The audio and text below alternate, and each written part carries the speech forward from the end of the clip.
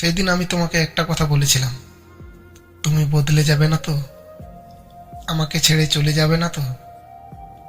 তখন তুমি অশ্রু ভেজা চোখে আমার দিকে চেয়ে বলেছিলে, এই চিনলা আমাকে, ভালোবাসি তোমাকে আমি। আমি শুধু তোমার, তোমাকে ছাড়া কোথাও যাব না। পৃথিবী বদলে গেলেও আমি বদলাবো না। অথচ তুমি চলে যাওয়ার আজকে কয়েক বছর হলো, তোমার সাথে আর কোনো কথা হয়নি। তোমার ফোন নাম্বারটা আছে, কিন্তু ফোন দেওয়ার অধিকারটুকু আমার নেই।